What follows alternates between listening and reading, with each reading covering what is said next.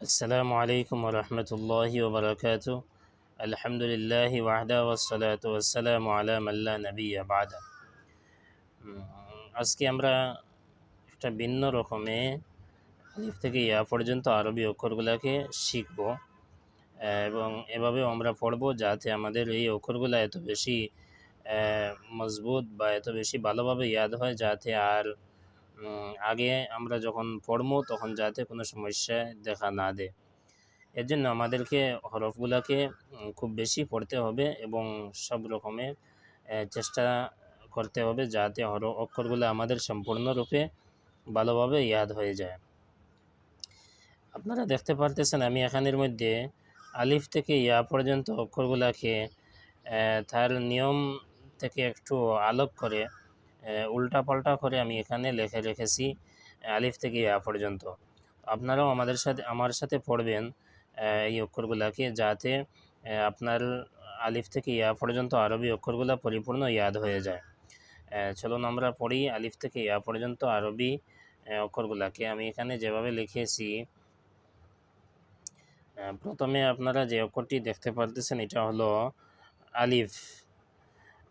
তারপরে বা হওয়ার কথা ছিল, কিন্তু আমি ভিন্নভাবে লিখেছি যাতে আমরা যে কোনো সময় যে কোনো অক্ষর দেখার সঙ্গে সঙ্গে আমরা যেন এটাকে পড়তে পারি। এই জন্য আমি এখানে লিখেছি লাম, তারপরে খা, মিম, ত, গাইন, তা, শিন, ওয়াও, জিম, ফা, সদ, বা, হা, নুন, র, আইন, সা, দাল, কাফ, ইয়া, সিন, ضاد, غين, লাম, قاف, জা, হা, রা, দাল, হামজা, ইয়া। এভাবে যদি আমরা পড়ি বারবার, তাহলে যে কোনো সময় যে কোনো অক্ষর আমরা যখন দেখব তখন সঙ্গে সঙ্গে আমরা পড়তে পারবো এবং এর পরিচয় পাবো যে এটা কোন অক্ষর, এর নাম কি। এইখানে তো আমি লিখেছি, আপনারা যদি নুরানি কায়দা অথবা ইয়াসারনাল কোরআন থাকে তাহলে এই বইয়ের সাথে আপনারা এইভাবে পড়তে পারবেন।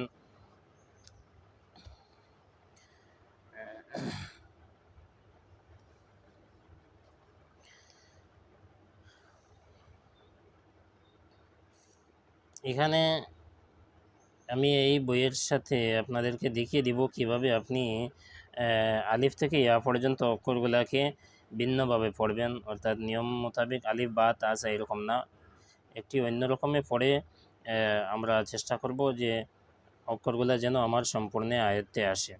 এখানে আমরা এইভাবে পড়ব আলিফ, খা, শিন, গাইন, নুন, বা, দাল, সদ, ফা, ওয়াও, তা, দাল, ضا, ضد, قاف, হা, ইয়া, সা, রা, ত, কাফ, হা, জিম, জা, জ, লাম, লাম আলিফ, হা, সিন, আইন, মিম, হামজা।